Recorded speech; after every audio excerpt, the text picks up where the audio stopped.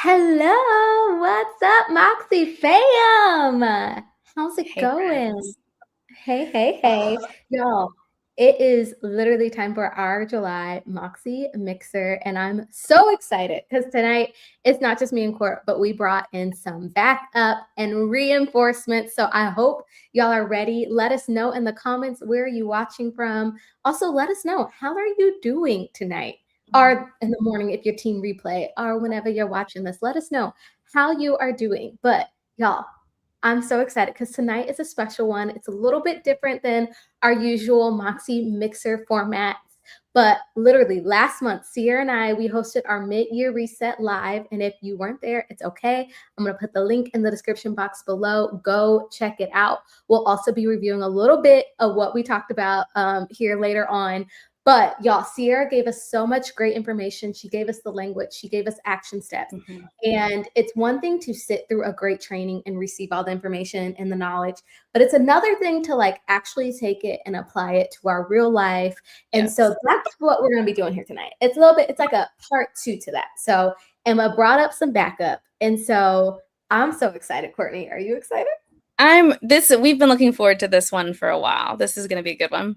We really, really have. And so if you are new around these parts, hello, welcome to the MäksēLife fam. Go ahead and hit that subscribe button so you don't miss out on future videos and future Moxie Mixers and lives happening.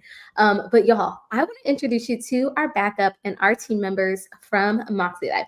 The first person I want to introduce you to is Andrea. She is our creative systems coach here at MäksēLife and also a coach inside of Club Moxie. Next up is Tara. Tara is also another one of our certified life coaches inside of Club Moxie. And last but not least is Ebony, y'all. And Ebony is also one of our life coaches inside of Club as well. And so they have watched the training, they have done the work, and they're also going to be sharing a little bit of their experiences tonight, which I'm really, really excited for. But before we do that, it's not a mixer without some like games. Okay, so we like to have a little bit of fun around here. And so I just have a few questions to kind of warm us up. warm us up, get us in the mood for tonight's conversation. And so the first thing is, let me get my polls ready. And y'all get those. You're either going to put 1 or 2 so we know where everyone's at.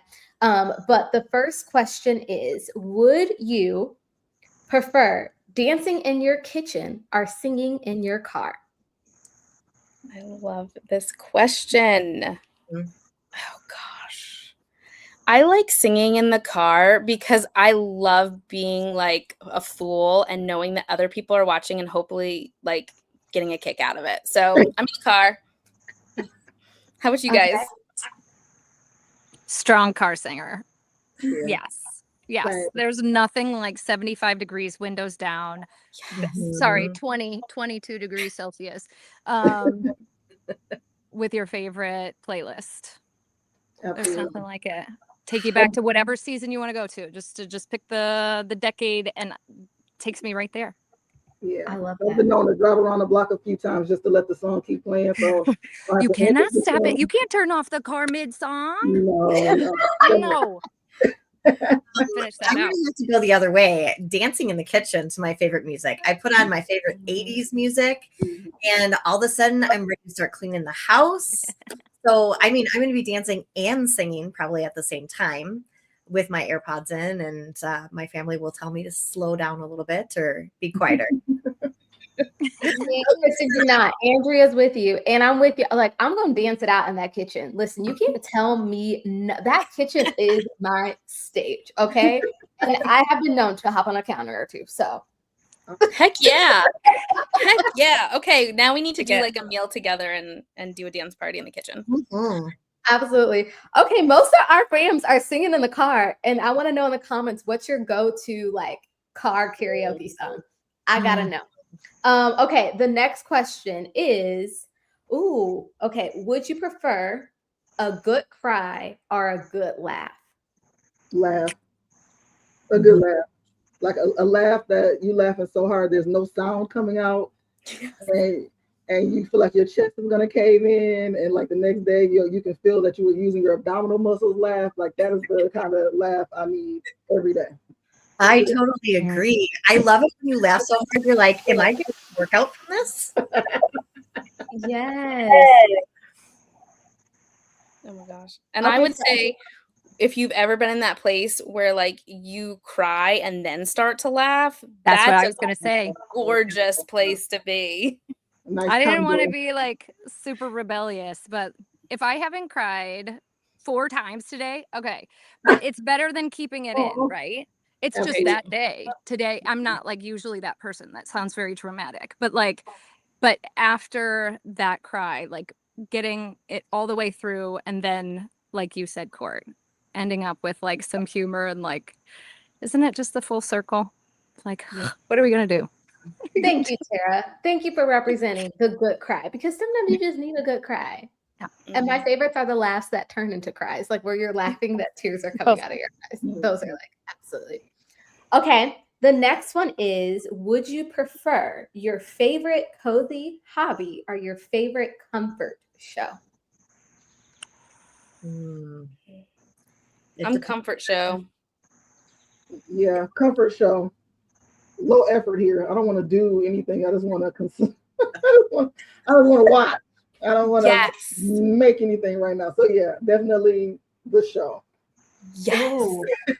I think we might be. I think this one. Oh, I'm seeing where our community's at here. Okay, now y'all gotta let me know what your favorite comfort show is. Of course. Anything I watched in my childhood, I'm watching Full House right now. That's classic. My mom had it on in her house, and I'm like, oh, I haven't watched that in a while. So yeah, anything that I've watched in my childhood that I know most of the words to, that I can just kind of put on in the background and still listen to it and know what's going on. It's pretty like that's comfortable for me. Okay. Drop into Friends. You can drop into Friends at any place. Anytime. That way, you're like you're home. You're You don't need anything. Absolutely. Yeah. I love that. I don't know. It depends on like what I need. If I need like my mind to go blank, I will do like a creative cozy hobby. Like if I bought some diamond art stuff like that I will never hang. And sometimes it just like I'm only concentrating on where to put the colors. And that's but sometimes I don't want to move. I just want to sit on the couch. So then that's when I need my favorite comfy show. Yeah. What's your favorite comfy show? Oh Lord, I don't know. Right now it's Virgin River. Okay. Is that on Netflix? Yeah, I think so. Okay. What about you, Court? What's your favorite comfort show? It is Ted Lasso. August 5th. I will watch that every year, every day. I wish I could. It used to be Gilmore Girls, where I wish I could be in Stars Hollow. No, I want to go to. No, I want to be in Ted Lasso. Yes. I would be so happy. Football is life. Football is life. Yes. Oh, that just got me so excited, Court. Okay. That's definitely up there. That's in my top 5. I think my first one might be Living Single, though. Like, Living Single is oh my goodness. I love to watch Maxine and Kyle go at each other. Like, it's so good. It's so good. Yes, that trailer dropped this morning. Yes, for Ted Lasso. Ted Lasso is the best, y'all. If you it just makes me smile every time I think about the show. Okay, our last one is, let me get it ready, is, okay, this or that. Would you rather journal it out or talk it out? Oof. That is a hard one. I talk faster than I can write, so I need to talk it out. Yeah. Mm-hmm. I think about what it is. Like, if it's something that's really, really something that I want to keep to myself, then I'm absolutely going to write it down. I would rather write it down. But if it's something I feel comfortable sharing, I will talk it out. So it would depend on what it was. Yeah. Ebony, are you journaling in digital or paper this year? I can't remember. I like to write on paper. So I don't just journal digital. Yeah, I like the feel of the paper and the pen when I'm trying to get to the heart of things. Because when I'm on digital, like, I get extremely distracted if there's a notification, all the other apps on there. But it's better for me to concentrate than just pen and paper. Yeah, I get that. Oh my goodness, that's good. I think a lot of us would rather talk it out. I can totally see that. I don't know. The insight is so good when you're journaling it, though. Yeah. There's something that happens with your brain when you're like, I don't know. Sometimes I feel ridiculous. I'm like writing like what I know I just experienced. And then like all of a sudden I get into it and I'm like, oh, I see it now. Now I see the loop. Yeah. I don't know. Yeah, absolutely. I love it. But for frequency, I'm talking it out every time. No, I love that. I think I appreciate the one thing about journaling lately is that it really just slows me down. It just forces me to like actually think through everything that I'm actually writing. It's just, I don't know. It's like when my mind is running 1,000,000 miles per minute, this is the thing that slows it down. That's legit. Oh my goodness, I love that. All right, y'all. Well, we got a lot to dive into tonight. But before we get into that, I know we got some special people in the comments. Our clubbies are here, and that makes me want to just take a moment and tell you about our sponsor of our Moxie Mixers, which is Club Moxie, because honestly, everything that we're talking about tonight, and if you want to go deeper, we actually do inside of Club Moxie. We're in the middle of Camp Moxie right now, which is so much fun. But Club Moxie is our membership community, which is honestly just a place for you to get honest about who you are, what you actually want, and be supported in building a life that you love from there.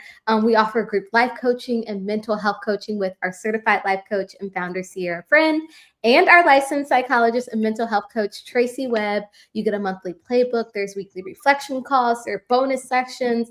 But the biggest thing is that you're going to be in community of hundreds of other people who are just showing up and wanting to just build a life that is truly theirs. But you're also going to be surrounded by connectors and certified life coaches with you every step of the way. So right now inside of Club, we're actually inside of Camp Moxie, which was actually built for the work that we're going to be talking about tonight. And so the 5 ways that Sierra gave us at our mid-year reset, which we're going to cover, are actually woven into everything we're doing inside of Camp Moxie. There's a season of Yes track for those who are ready to like take action and take some motion and just a little bit more joy. And then for those, we also have a season of No track for those who just kind of need permission to rest and give yourself a little bit of like a break. Okay. So let me know in the comments, clubbies, how you're doing with your season of Yes, season of No track as well. But here's the thing, y'all. When it comes to Club Moxie, y'all know I say this every mixer. I'm never going to stop inviting you because I truly know what Club has done, not just for myself, but also the lives of hundreds of other people. And it's just really special place if you're just really just trying to dig a little bit deeper. But also, if you join Club Moxie now, you'll also receive a free 2026 MäksēLife weekly planner. So if at any point tonight you are interested in learning more and want more, I'm going to actually put a QR code up here. You can just scan it and it will take you directly to Club Moxie and you'll get all your questions answered.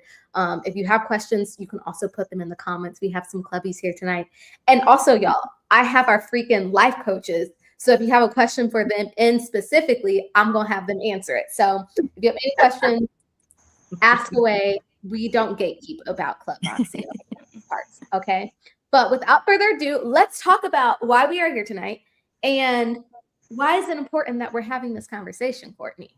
Yeah, well, I have been looking forward to this because Sierra brought us this really powerful presentation, which again, Darian, you left the link for us, but we talked about this concept called anhedonia, and it is the idea, the reality that many, if not most of us are experiencing where life starts to feel, I don't know, a little bit like Groundhog Day, where it's chronic stress and it's burnout and you're working hard, but things kind of just start to feel flat. And you guys talked about how that's our nervous systems reacting to the world and everything going on. And one of the things I loved about that mixer was how we were talking about that being a shared experience. You're not alone in feeling like that's what's going on. We're all feeling, a lot of us are feeling that sense of dullness that happens with life. And a lot of times when we start to feel that, especially around this time of year, we want to work harder. And we think about, okay, let's do the mid-year reset in that vein. Like, let's go back to the goals and let's do the work all over again. And we've done that and also seen that sometimes what we need to do is pause. And that sense of pause can be the space that we need to find ways to break away from that anhedonia. So instead of working harder, you guys brought us those 5 practices that can help us to get into ways to reset without working harder. So we talked about, I mean, it was your quiz, right? Music, engaging our senses, pursuing laughter and joy and comedy, movement, and then also being honest about our capacity, especially when it comes to peopling, which I really appreciated. And one of the things that we wanted to do was not just have that learning moment together, but we wanted to hold space for that. Like, so this is what that is. We're holding the space. We're taking a pause so that we can, instead of just working harder and you know, trying to get out of anhedonia well, right? We're going to pause and we're going to reflect together tonight, because this is what that work and that healing needs from us, to be able to reflect on it. And, you know, we talk about a lot of awesome things and we learn a lot of good stuff. And sometimes we need to take a pause and sit in it a little bit. And so I think it's going to be really good for us to reflect on what we've been learning together. Yes, I'm so excited. So with that said, y'all, there was a whole like free workbook that Sierra came up with, and that was the Coming Back to Yourself guide. It's right here on the QR code. It's also linked below. But in that, there was an assessment that you could take to see where you were at in terms of where you were at when it came to anhedonia, and like where you were at on that scale, like were you like had a lot of low energy. And so my first question is, I'm curious where everyone was at, and y'all answer in the comments as well. But where did you guys find yourself when you did that assessment? What was your initial like reaction to that? How did you feel about that? Kind of what was your number as well? If you can start us off. I'm going to have Andrea go first. So 3 weeks ago when you guys did the last mixer, I scored a 39 out of 50. And at that point I was like, yeah, that makes sense. I feel like, well, I was just telling you guys before this started, I took 2 naps yesterday and I went to bed at 7 p.m. and slept until 7. I woke up a couple times in the middle, but I am still exhausted. And I just I don't like that. But I took it again a couple days ago, and I got 24 out of 50 this time. So I've been really working on trying to not lower my expectations, but just do things slower and still find ways that like I can reduce my decision fatigue. So I feel like that number is lower than I was expecting it to be, but I think I'm kind of like floating in the middle. And I mean, every hour is going to be different too. That's true. That's true. Yeah. I'm curious, what about you, Ebony? Where did you fall when you got your results? Because I know it was like out of 50. So anyone could got anywhere from a 10 to about 50 in terms of like the results on that number. Right. So I think when I took it initially, when we did the first session on this, I think I was in the 30s. And I took it again maybe about a week or two ago, and it was like 41. And I said, "Oh, this is high. This is high." And I was in denial, so I was like, "I'm gonna take it again, like right away, and just let me just make sure these numbers are right." And it went lower, and then I read what it said, and it really didn't resonate as well as what it said when it was 41. So I had to accept it. And I think when I initially saw it, I think the shock of the number being so high made me want to rationalize why that wasn't really the number. But I think once I sat with it and really thought about it, I realized that it was actually pretty true. And so I didn't feel good about it because I know that the way I've been feeling has been affecting pretty much every aspect of my life. I have a lot going on, like personally and professionally right now. And so in doing some intentional work around that, I may not have necessarily seen my number go down, but I have been intentional about what I'm doing, and I'll continue to do that. But right now my number is still pretty high. Yeah. I appreciate you saying that, Ebony. Like you were like, I have some things going on personally and at work. And I think we do get the numbers, like whether it's a 10 or a 50 or somewhere in between. Also taking inventory of what's happening in our life currently. Maybe some of us are in the middle of summer and our kids are home. Like maybe some of us are in the middle of a life transition. Maybe maybe some of us are dealing with medical stuff. Maybe some of us are dealing with mental stuff. Whatever that looks like, being aware of like, you can look at that number and say, okay, maybe what are some things or factors that might be contributing to this number as well. So I appreciate you saying that. What about you, Tara? I found this really interesting because I'm not in a calm, energized, like really easy part of my life. I have little kids. It's summertime, like you said. I'm prepping for like a big trip. I've cried 4 times today. But taking it, I didn't have a high score.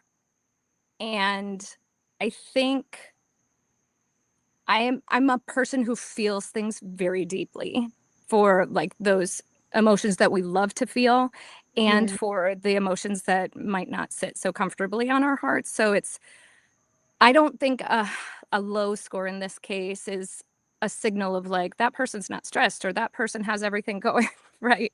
I think it's that we feel like I still do have very much contact with like the little moments inside of like really stressful times that I feel like I'm gonna lose it.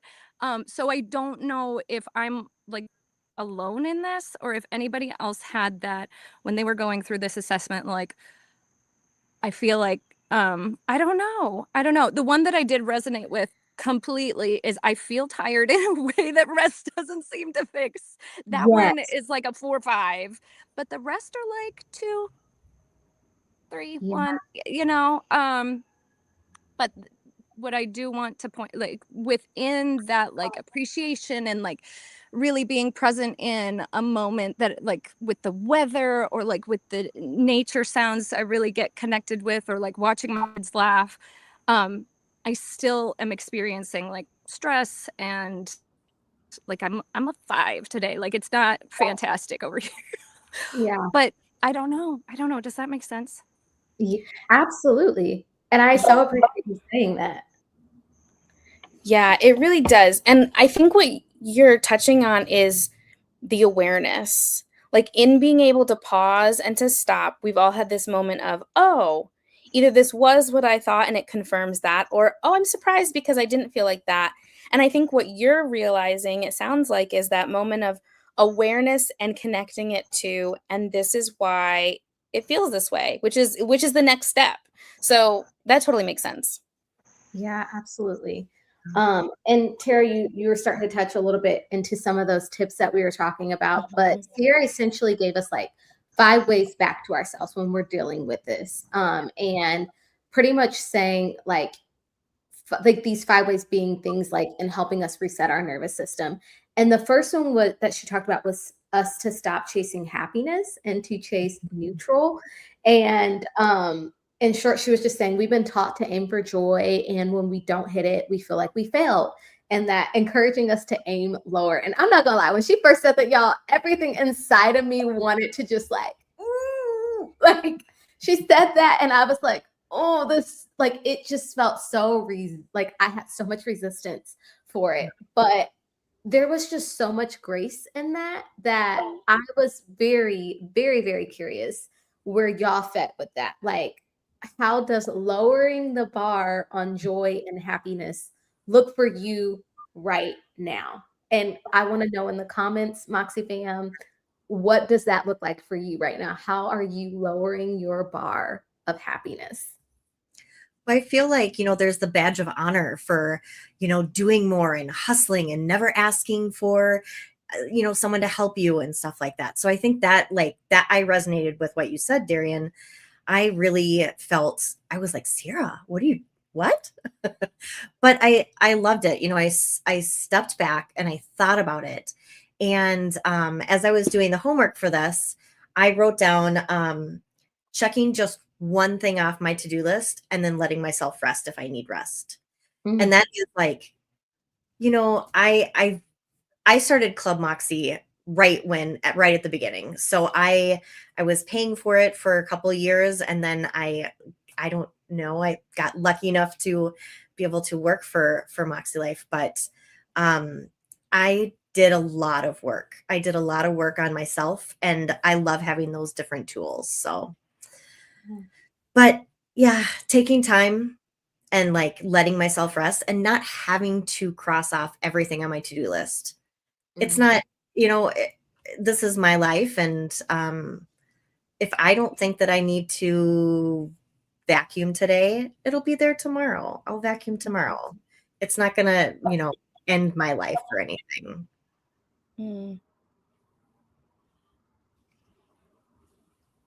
Ebony, how about you? I would say lowering the bar for me is being okay with it not being to my personal standards. My personal standards are pretty high sometimes, and almost like I am a recovering perfectionist, so everything doesn't have to be perfect anymore. But there's still a standard that I do everything by. And so just being okay with good enough and it's done, instead of just making sure I have to tweak every little detail and making sure this is like this, and just being okay with it being done. Like that has given me so much peace, because it doesn't require me to get so in my head. It helps me to be more in the moment and be more intuitive about what I'm doing instead of just trying to tweak every detail. So I've been very intentional about just being okay with getting stuff done, both personally and professionally, instead of just feeling like I need to hit that same standard all the time. Some days I can hit that standard with a little bit less effort, and then other days it just feels like it's just so much effort. So just giving myself grace for the days when I don't have the energy to put forth to make it the way I would want it to be. Just get it done. Yeah, I feel that. What about Tara, you? Okay. I would say that it reminds me of, what year was that training that, well, we peppered in like learning our personal values, and it's in fact a part of the prep work in the planner now, or one of our products, maybe it's the toolkit.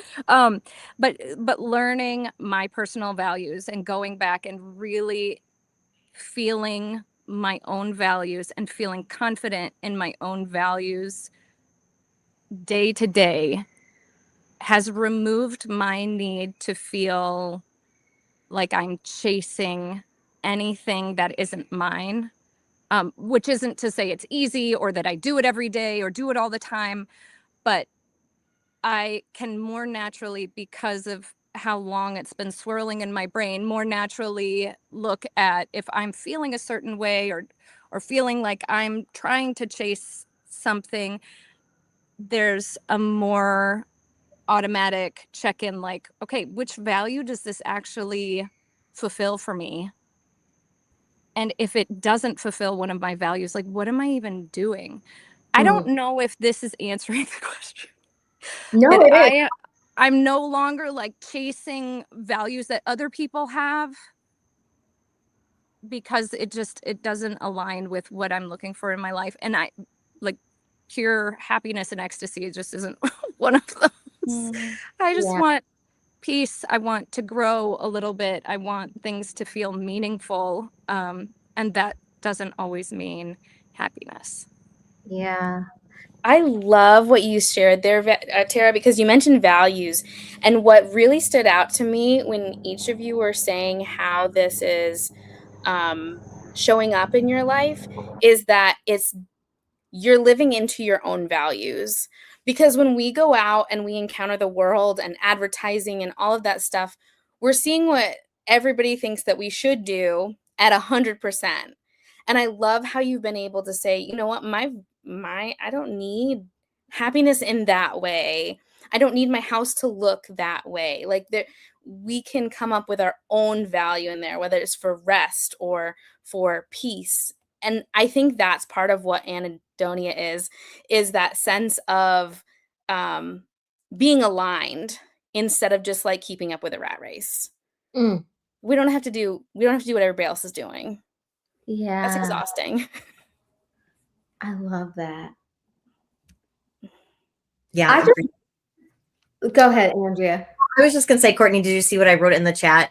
I can't remember exactly what the quote is, but if all you have to give today is 50% and you gave all you had, then you really gave 100%. Yes. Because I know that there was one time we were talking about it's not about your capacity. Darian, you said something about it was the best quote ever.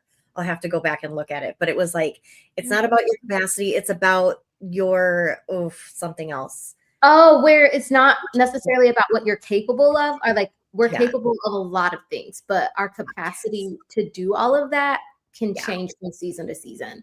And so just being aware that like, yes, I can do 1 million, I can do this, I can do that, I can do that. Like, I believe the sky is the limit, but do I have the capacity to reach for the stars today? And how many of us overachievers are like trying to prove like, oh, look, I am competent, I am smart, I can do this, and burning ourselves out. Right. Yeah. Absolutely. I've definitely been leaning into capacity more than I've been leaning into capability. And I think that's all is a part of like us taking the bar and bringing it lower. It's not giving into like, because I can do something doesn't mean I have to do it. Right. Yeah. Why? We don't have to. We don't have to. I want to hear real quickly. Let me know in the chat as well. And I want to hear from each of you. What's something that you just recently, it could be today, it could be this week. What's something that you're saying, I don't have to do this? Ooh, I don't have to have it all planned out. Ooh. Yes. I don't have to know every step to be able to take the next step. Because I want like 10, I want all 10 steps. If it's 10 steps, I need to list all 10 steps. I have to put a next to each one. And that keeps me stagnant and not moving. So I'm leaning into not needing to know every step before I can make some movement. As long as I know the next step, I can keep going. Yeah. Good. Yeah, I don't need to use my planner every day. I'm going to use it on the days that I need it. And sometimes I just need to write down a quote that I saw. Sometimes I just need to write down 3 things that I need to get done today. But I use my planner for me and not the way that I think it's supposed to be used or the way that people on social media show that it should be used. Yes. I always see people saying, I feel so guilty I haven't been in my planner for a week or 2 weeks or a month. And that's good. Like if you don't need your planner or if you need to put your, yourself somewhere else, then it'll be there for you when you need to come back to it. So I am also going to repeat Lisa's. I don't have to manage or like even feel other people's feelings. I talked about being highly sensitive, and I actually just had a conversation about this. So apparently, empaths, I know we have a lot of them in our community. We have double empathy. So we feel our feelings and we feel the other person's feelings. And I was like, boom, that's what it is. And today I chose to separate myself from feeling that other person's feelings and speaking my heart and prioritizing how I was feeling and processing that in a very aligned way. But that is what I chose not to do, is to take on that person's feeling, then try and manage it from their side, because they are capable adults. Yeah.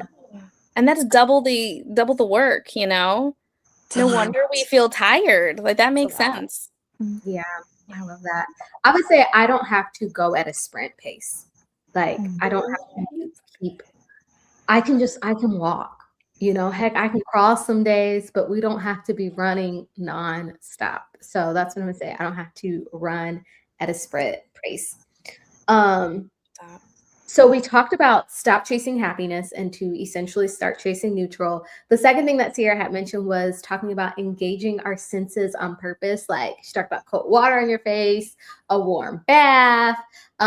She talked about petting an animal, sensations, anything that gets us back into our body, because it gets us from overthinking. So I'm curious, what and how have y'all been engaging your senses? Okay. I think the correct way that I said this was, what's your favorite way to engage your senses, and what does this actually look like for you in your real life? Tara, I'm going to have you kick us off. Okay. My five senses, it's always been like a go-to. I love a good framework. I love something that has like a beginning, middle, and end. So the five senses just makes a lot of sense. Sorry.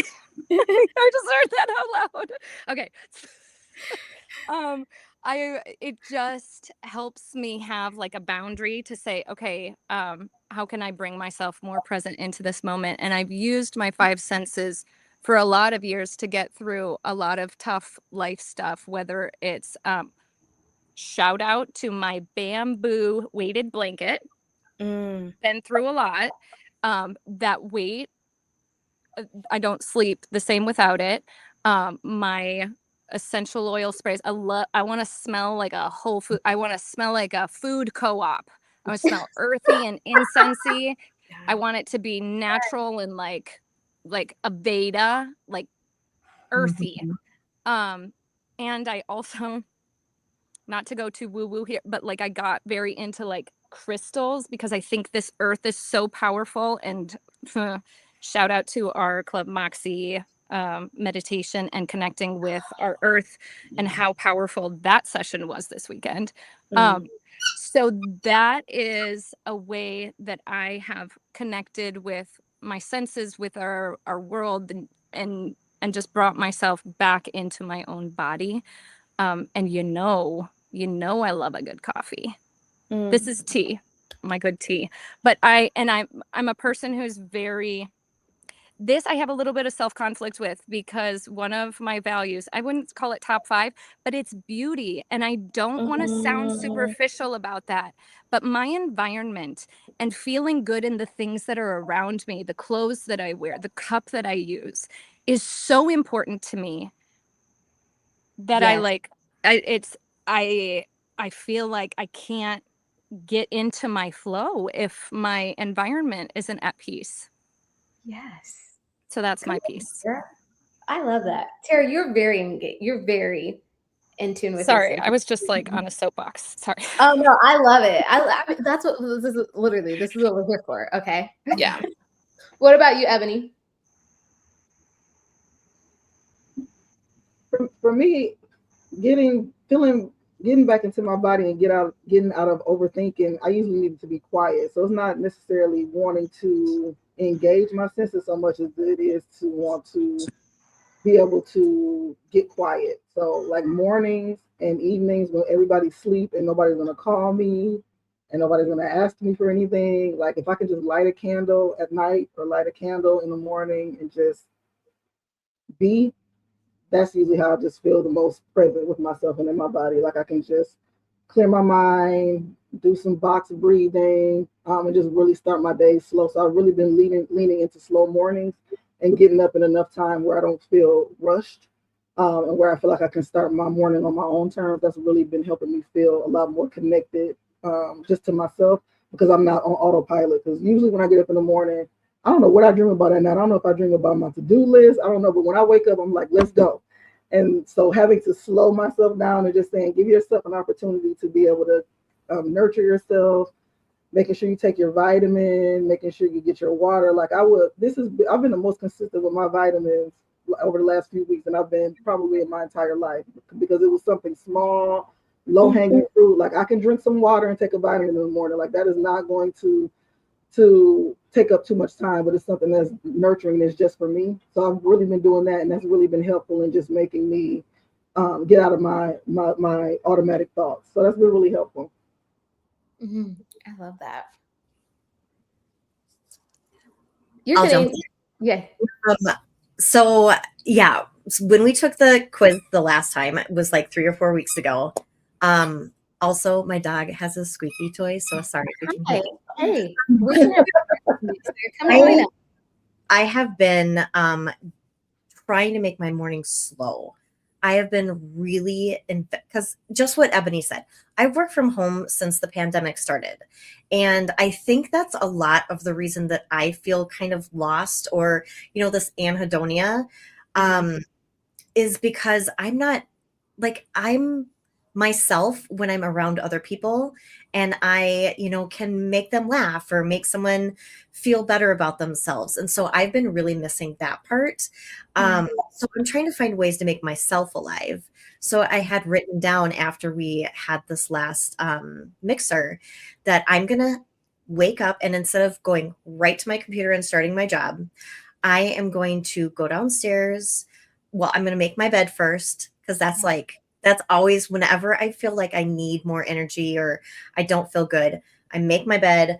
I make sure I'm drinking water and I make it pretty. And I put it, like Tara was saying, in a pretty cup that I like. But I've been sitting on the deck and getting the sun on my face because I was reading, it's really important the first 30 minutes of the day to get some sun on your face, just to really wake up. And so I've been sitting on the deck, drinking my coffee slowly. And since it's summertime, my kids sleep until like 9 now, which is wonderful for me. When they're younger, 5 a.m. No, I'm not ready. But that is one thing, just feeling the sun on my face in the morning. And I don't bring my phone outside. I sit there just with my coffee. And sometimes that's really hard for me because I'm used to always doing something. We eat our lunch with our cell phones. We take it everywhere, and so I've been trying to be very intentional about not bringing that phone everywhere. But another thing that I have on my to-do list every day, and this is like this is for me, this is for my energy, this is for my well-being. I say 30 seconds of touching the grass every day. So usually at lunchtime or my lunch break, I will take off my socks. I will go outside and I'll just walk around the grass. And I think Sierra said it last time, sometimes like she was mad when she had to go do that. And she was like, I don't want to do this. And I was like, oh my gosh, yes. I mean, but there's just something about grounding yourself that just feels so good. And then the one last thing, I forgot that I used to do this all the time, but taking like a little square of dark chocolate and eating it and closing your eyes, it's magical. It's like a little vacation. You're just like, all of a sudden you taste all the different textures in it and everything. So that is definitely something that is helping me through the day. I'm here for that. My favorite is Dubai chocolate. And when I tell you, oh my goodness. When it's like heaven exploding in my mouth, y'all. It's like, so yes, when you said chocolate. It just melts and you're just like, oh, It's a beautiful experience. It gives us that break of space that we need to, because like we're all in our heads all the time. And part of what we talk about a lot is that being able to just get a little bit of distance and be like, oh, that's a thought, like that's not me. Being engaged with our senses does the same thing. It's not just that we are our thoughts and we're, in there, but that we are also an embodied being. And that makes a huge difference for being able to then see the world and know that we are in the world and we're engaged with it, but we are also a little bit separate in ways that give us like a little bit of peace and distance from the chaos. Yeah, absolutely. And I was in the comments and y'all have like had such great things to say. But y'all were talking about how like you guys have been like in terms of senses, but also like romanticizing your life, adding more whimsy into it. And one of my favorite things, the third thing that Sierra had brought up was actually doing something with no productive outcome and letting it be bad, such as dancing badly, drawing badly, seeing in the car embarrassingly, and talking about like how we can get out of that mindset of trying to master a skill and making the goal of it just being play. And that letting play and whimsy and joy in that sense be the destination over a productive outcome, if that makes sense. And she said, your nervous system needs evidence that not everything has to produce something. And I thought that was really, really good. So this is probably one of my favorite things to talk about, but how have you given yourself permission to do something with no outcome and letting it be badly? Like, how are you being bad? Okay. I don't know why. I got really excited about that. Oh my goodness. Can I pop in and share mine real quick? Because I think it's hilarious. I love music and I am also not coordinated, but I'm trying to learn the choreography to Dynamite by BTS. And I am so gloriously bad at it, but I'm having so much fun. Like I'm not going to be a backup dancer and that's okay. Yeah. Yes, Courtney. I love that. Goodness. How about you guys? I need to see. Oh, sorry. You go. Go ahead, Tara. I need to see video of this. Can you please? I can work on that. Okay. We'll have a good laugh. Post it in club. Darian, I think you've hit my growth edge. This is like the hardest for me. I can't. Like, a couple of months ago, I wanted to learn something. Actually, it was my 9-year-old who signed up for like a knitting class at the library and she learned to knit. And I'm like, okay, I'm going to learn something new. I'm going to show my kid how to be bad. But then as I'm like doing this hobby and I'm horrible, like my first square was a hexagon. I don't know. I could see that I was like, I'm going to choose this hobby because I make something that's practical and useful. It's like so ingrained in my head that I'm like, I have 15 minutes free. What system can I like create inside of my fridge shelf? And it's just like, I don't know, but does it count if I get joy from it though? Like, I don't know. I don't know how to like undo that programming in a way that like I could really, I don't know. But I can do I also sit more. Yeah, go ahead. Go ahead. I just wanted to say, I think you're spot on. And the programming isn't in you. Like our society has conditioned us to commodify everything. And so, I mean, we're fighting against that all the time, but I think that the fact that it brings you joy is clearly something that lights you up, right? It does count. And like society is always going to try to commodify it, even if we don't go in with that intention. And so that makes sense. But I think that's your North Star, the joy part there. Yeah. Well, I don't think that it needs to be 100% yes or 100% no. I think that there's a spectrum too, because we're always growing. So you might be like, if you had done this 10 years ago, you might be down here and now you have the tools to have it be a little bit forward and you're not where you want to be or where you think you need to be yet, but you're still moving forward. And I think that's the most important part, right? That we're growing 1%, even if it's 1% a year. Yes. That's good. I like that. One thing that I have been doing, and Tara, oh my goodness, I used to be I still am. Don't even start something if you're not going to try to make it perfect. And that is such a hard mindset because that's how I was conditioned. That's how I grew up. Like everything you do has to be perfect. You are representing yourself, yada, yada, yada. And so for my birthday this last year, I went out and purchased a diamond art painting. I don't know. It's, where you put the diamonds on the picture. And I bought one that I would never, ever hang up. It was not a gorgeous one. I bought it just for the mind calming part of it. And that was so helpful for me because I knew I would never hang it up. It doesn't matter if the dots are all perfectly centered or, if I think that maybe they should have had more dots in one spot than they did. That's been great. And then I bought a paint by numbers too. And half of it is like very inside of the lines. And the other half, I just like the clouds. I'm like, I'm going to see if I can just make my own cloud that's different stuff. So also never going to hang that up. But I love doing it badly. It's really wild. So I feel like, yeah, oh my gosh, the growth is just amazing. I love that. What about you, Ebony? I skipped over this one. That's real. I love that. Okay, I'm curious.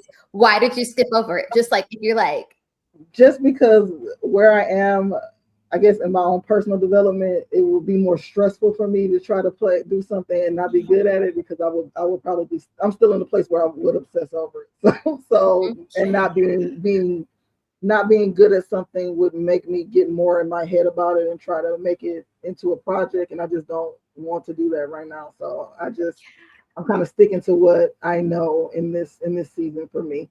I think the only thing that I've done creative in this season will probably be some of my Procreate stuff. And I'm not super bad at it or super good at it. I just kind of go with the flow with that, but it's not something that I necessarily share on a regular basis. So I'm not really at risk of feeling like it's going to be judged or something like that. But as far as me taking a risk and doing things badly, I haven't done that on purpose. Yeah. Oh, I'm so glad you said that. Like, as y'all, this is the whole purpose of tonight's conversation is that you can see where we all are different when it comes to this. You can see where she gave us 5 ways back. You don't got to do all 5 ways. I want to give y'all permission for that. Y'all ain't got to do all 5 ways. Y'all can do 1 way back. You can pick 1 and start there. You can pick 2. You can do all 5 if you want to. But I appreciate what Ebony said about like, I skipped this one because I'm just not in the headspace. And that is okay. That is okay. I love this. For me, this is if there's one thing that I did, it was the whimsy one. And I didn't know what I was going to, then Andrea, I'm so glad you brought this up. But I made punch cards for my goals because I thought they would be fun. And I was like, my goals felt stale. And I was like, what's something fun that I'm doing? It's going to be a little bit badly, but I even show y'all. I drew badly. We drew badly. I said this. It looks like an 8-year-old did it, but it brought me joy, y'all. Like it brought me so much joy. They turned out so good. I watched the video and they were beautiful. I think you did such a good job. Thank you. Thanks. It brought me joy. I said, I don't care. Listen, it ain't Picasso, but it's Darian, okay? I just found my thing. I do my plan. My planner is horrendous. It's so bad. I don't care. I don't care. But it's still productive, isn't it? Crap. It's okay. Okay. It still counts. Okay, I tried. Yes, it still counts. Lisa had said, as I'm reflecting on this, I think I have really had to come to embrace the things I am bad at when I work with students. Singing, dancing, drawing are not my strengths, but I still have fun. And yes. And what a gift for others to see us do things badly, especially in the world of social media where we're constantly seeing the highlights of everything and the beauty and the whatever that is that like what just giving ourselves the grace and permission to be badly. So to be bad. Okay. Yeah. I don't know that. Just saying, Darian, you have permission to be bad. I don't think y'all understand the freedom that gives me. I'm a rule follower, all the things, but just being able to say, I get to be bad at this. Absolutely. Yes. And for the younger generation, it's so important for our little people to see people learning new things and being bad at things and seeing that that's a part. I don't know if we had that experience when we were growing up, seeing people be comfortable with messy, vulnerable parts, you know? Mm-hmm. Generation changers. You've inspired me. Now I want to be bad. Now I'm gonna look for something to be bad at. We can do it. We can do it. All right, I'm gonna check on you in 270. See, like, have you thought of anything yet? I always wanted to learn how to sing. Like I wanted to, but I've always I wanted to take voice lessons since I was a kid, but I just never had the nerve to do it. So I think maybe that's it. Maybe I'll just go to the rec, do one of the recreation classes and take singing lessons. I don't know. I'm gonna do something. I'm gonna do something and I'm gonna report back. Okay. Karaoke. With videos. Listen, Emmy, I'm already signing you up. I don't know if you didn't ask, but this is not the correct way to do things, y'all, when it comes to getting an accountability partner. I'm about to expose myself on Ebony for a second. You should totally ask for permission first. But Ebony, I am volunteering to be your accountability partner for you to go take that voice lesson, that voice class, sign up. I'm going to be checking in the next month and be like, so have we reached the best? Yes. I will update. I will let you hold me accountable. Okay, good.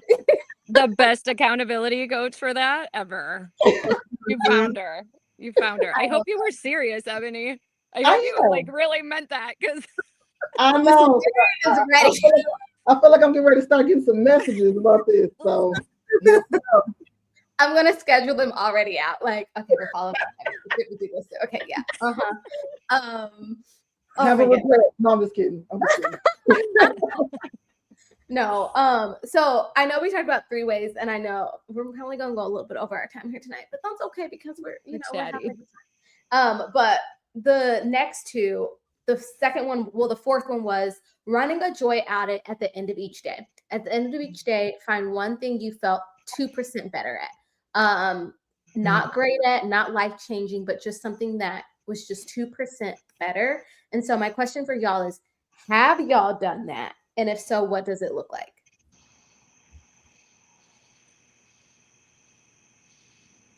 Okay, I'll go. I have a confession.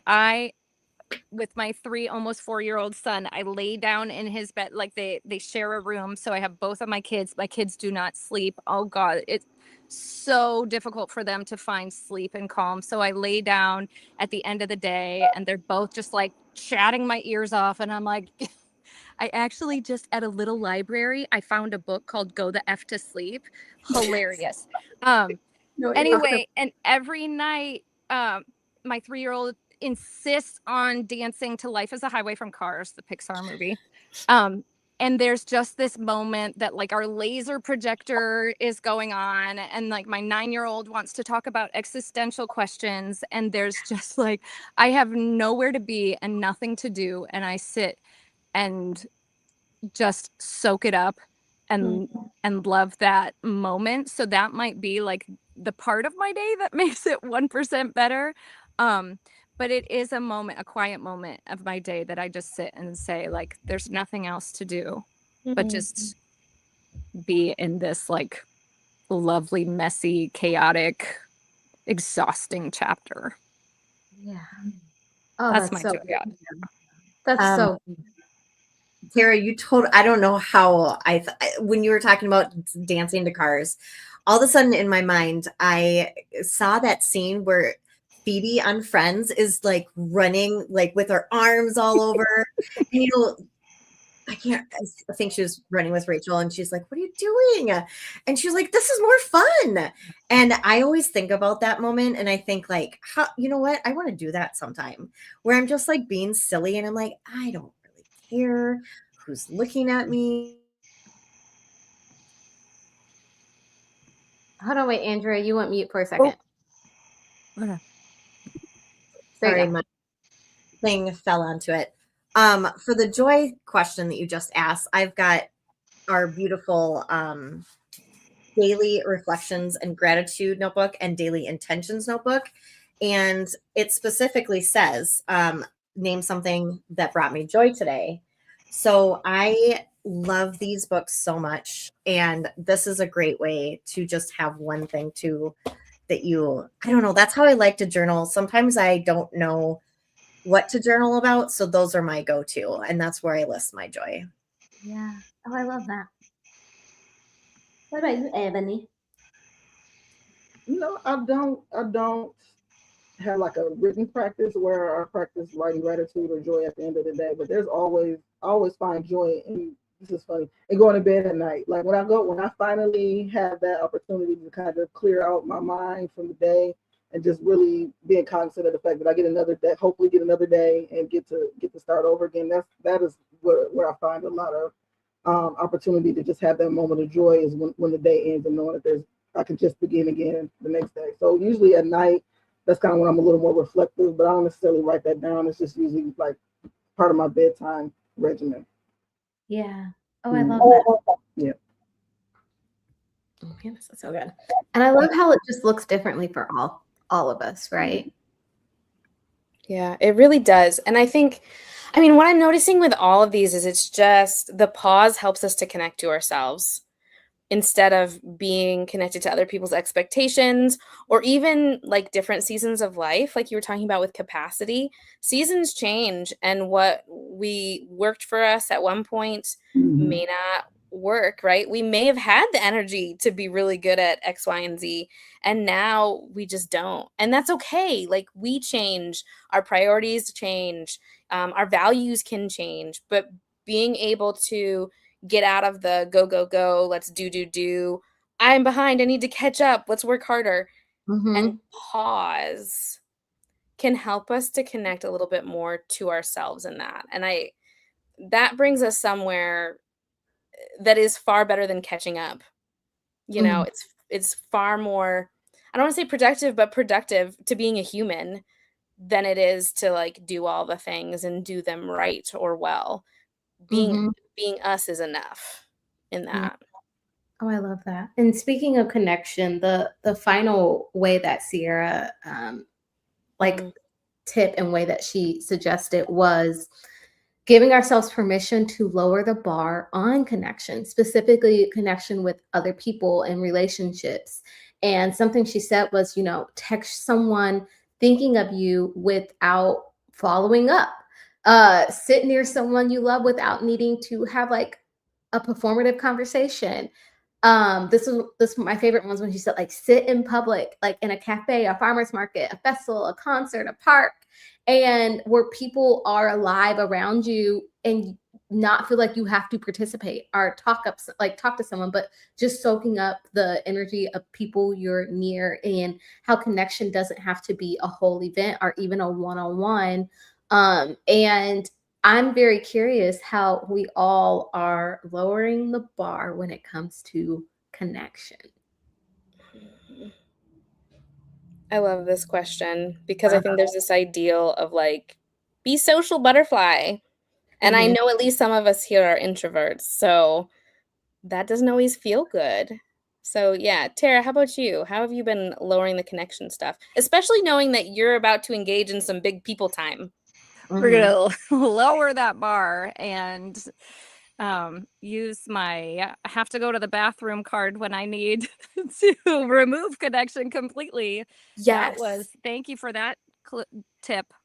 One of the clubbies who mentioned that.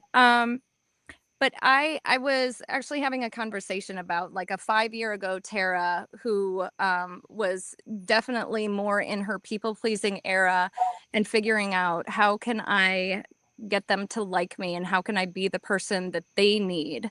And connection for me today looks a lot different. A lot. I want to say that I'm more judicious with my time and energy.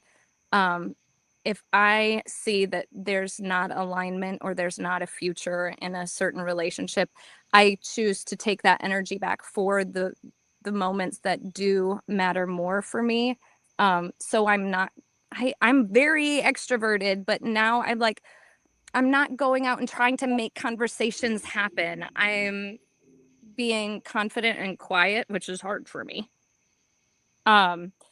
In that I don't need to talk to everyone in the room. I don't need to try and see like, oh, what do we like being conversationalist and being interested in other people. Very good. But I'm just at a point in my life where I'm like, I don't. Did I freeze? I froze. I don't know if that sounds really selfish, but I'm like, I want to put all of my energy into the people who mean the most to me. So I've lowered my expectations of myself in like making all that effort into relationships that not to say I don't enjoy a moment meeting a person in a park like you were mentioning. I don't know. I feel like all my answers are like not PC or like I don't know.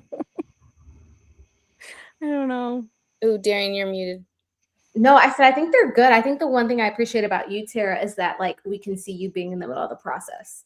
Like I think a lot of us when it came to the mid-year, the messy middle, essentially. Yeah. If you want to go back to like last year's end of the year goal setting series where we talked about the messy middle, it was so good. But T, I think a lot of us here tonight, like when we got through the mid-year reset, some of us were able to take that information and take it and immediately start applying it. Some of us had to sit with it. Some of us are still sitting with it. And then some of us are just in the messy middle of like, we're trying this on and seeing what's working and we're trying this. I don't know. And I think that's the whole part of honestly what you're doing is you're playing with it. You know, you are in the middle of playing and experimenting. So it makes complete sense to me, friend. So yeah.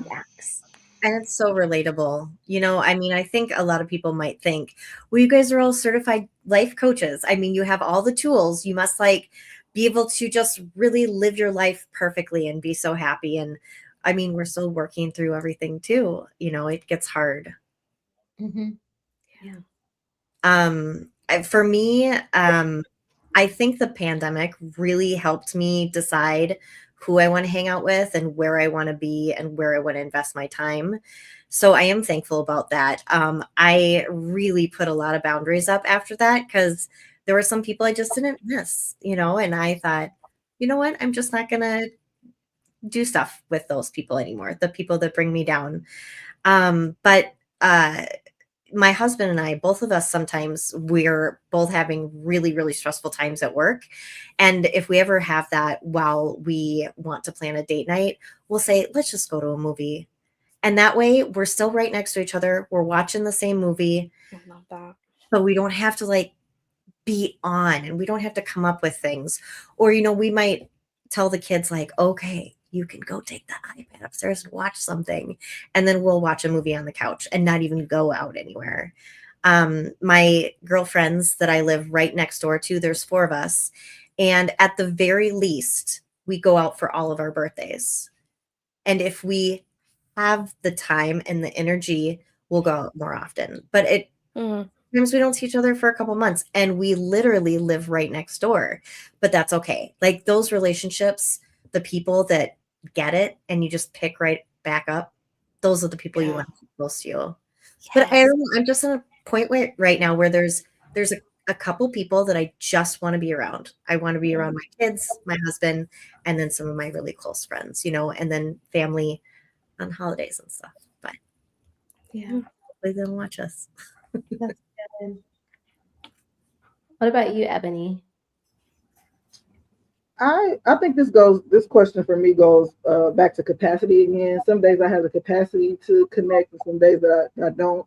And I used to feel compelled to engage with people even when I really didn't feel like it because I didn't want people to feel bad about me saying no to an invite to happy hour or an invitation to do something. But I've been a lot more stronger with my boundaries when it comes to that. Like if I just don't have the capacity to go, I'll just politely decline it, and I'm okay with that. And that's something that I just was not okay with at first because I didn't want to hurt anyone's feelings. But sometimes that would cause me to have to be engaged when I wasn't really feeling it, and it would just take so much energy to be on when I just didn't feel it. And so being more authentic has helped me to connect better when I have the capacity to connect, but then taking that time to energize myself when I don't has made me feel more confident about putting myself first. So I've been saying no a lot. I've been saying no to connection a lot just because I haven't had the capacity, but it feels good to put myself first. Yeah. Yes. And you deserve that. Absolutely. You really do. You Mhm. do. Well, and we're always told, but we really are that, everybody else gets to dictate, when we're available and how we're available or how we should be feeling or what we should do. And no, like we always talk about putting on the mask in the plane before you put on someone else's. And when it comes to peopling, that's exactly what we need to do too. Like there are times when we'll go out and we'll do it anyway, but we also need to have the energy to do it to begin with. Absolutely. And not just be like, well, at the end of the week, I know, just walking away completely depleted. And I've done that a lot just to spare feelings. And so I've been working through that. And it's felt really good to be able to lower that bar.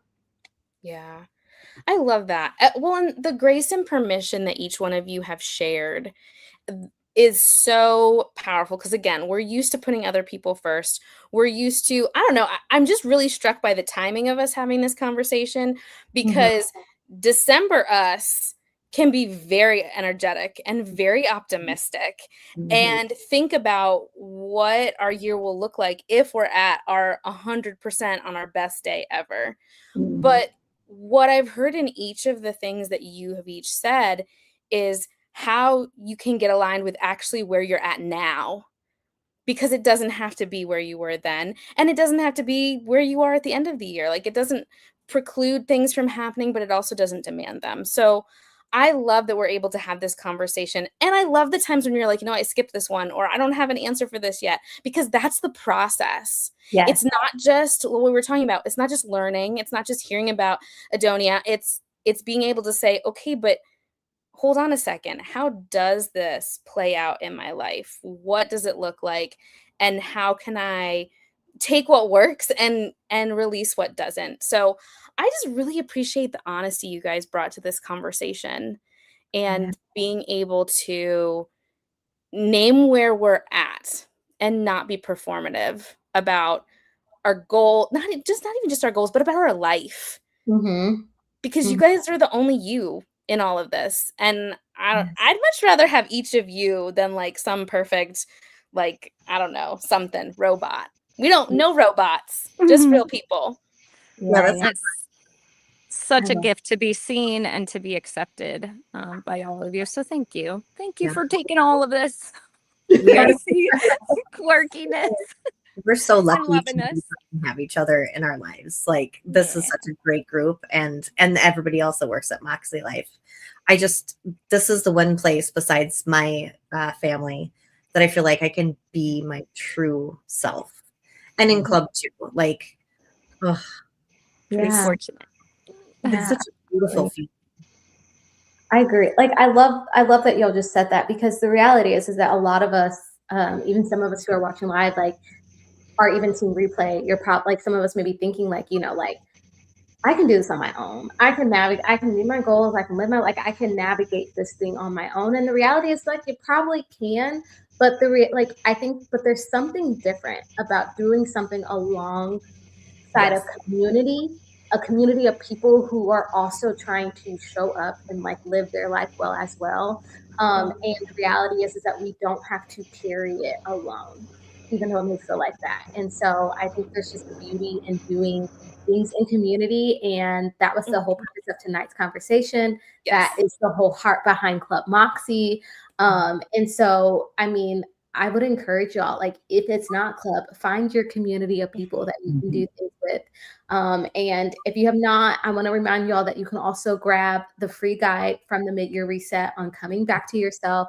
That's where you can do the assessment. That's where you can review those 5 things that we talked about here tonight.